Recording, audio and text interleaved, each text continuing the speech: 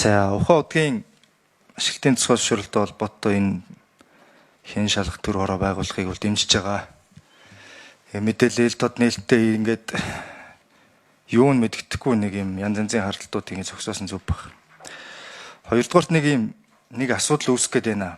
Энэ юу гэхээр Улсын хурлын хэн шалгалтын тухай хуулийн 32-ын 2 дээр за хэн шалгах төр хорооны тусгай шалгалтын сэдв хэн шалгах төр хороог байгуулахдаа шалгалтын сэдв хүрээ хязгаар тухайн асуудлаар хэн шалгах төр хороо байгуулах болсон үндслийг тодорхой тусгана гэдэг юм хуульчилсан. Тэгээ оюут нэг шөнийн энэ гаргаж байгаа санал дээрээс харахаар за яг үндсэл нь мэд хэрхийг хангая гэж байгаа юм байна.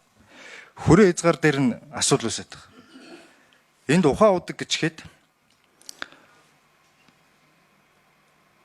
тэд дугаартаа ухаан удаг ашигт малмлын тусгай зөвшөөрөл болон бусад тусгай зөвшөөрөлтөй талбайн ашиглалтын үйл ажиллагаатай холбогдуулж гэдэг. Ухаан удаг гэж нэрлэлчээд бүгдийн бусдын шалгая гэдэг. Хэн шалгах төр хороо.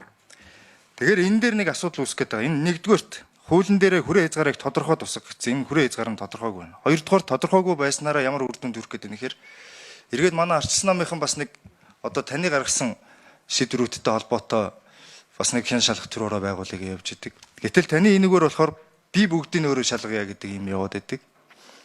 Тэгээ та бол өөрийгөө шалгана гэж байхгүй л дээ. Тий. Тэгэхээр энийг одоо банк орон дарга яах ёстой юм бэ? Энэ тодорхой болгож оруулж ирээд тэгээд нэг мөр ухаан удгаа шалгах гэж байгаа бол ухаан удгаа хэн шалгалтын сонсголыг хийгээд тэгээд тантай холбоотой шийдвэрүүдийг манай ардчилсан намынхан гаргаж ирж байгаа энэ хэн шалгах төр хороогоо тусад нь байгуулад ингэ явмаар байна. Энэ асуудлыг яах вэ? За оюут нэг шин хариулъя. Яг энэ гарын үсэг дурсан гишүүдийн хувьд бас энэ төслийг зөвхөн ганцаараа онцлох нь бол бас жоохон учир дутагдaltaй юм гэдэг ийм үнцэг ярьсан.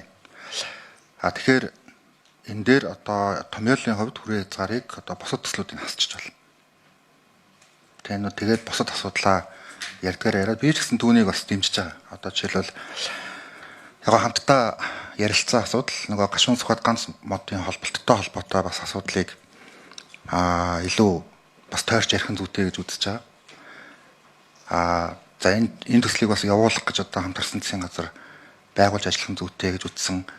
За энэ төсөл явсанд бас баяртай байгаа. Гэтэ миний байр суурь бол бас нягтлаад тэгээд болох зүйлийг болж байгаагаар нь яриад олон нийтийн эргэлзээг нь тайлаад болохгүй л одоогийн засгийн газар цуцлах саналаа улсын хурлд оруулаад цуцлчих болно. Энэ дээр одоо миний хувьд зайлшгүй одоо энэ төсөл одоо хамгийн зөвөр хийгдсэн за энийг одоо би заавал хамгаалах хэрэгтэй гэдэг тийм хатуу байр суурь байхгүй байгаа. Өдөөж засгийн газар одоо олон жил гатсан энэ төслүүдийг хийсний чухал.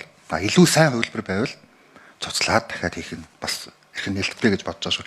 Тийм учраас хэрвээ байнгын орон тийм их одоо байгаад явал одоо төлөөлж 33 гишүүнийг бас ярьж байгаагийн хувьд цар хүрээг одоо гишүүнтэй яг адилхан байдлаар зохицуулт хийвэл миний хувьд бол дэмжиж байна.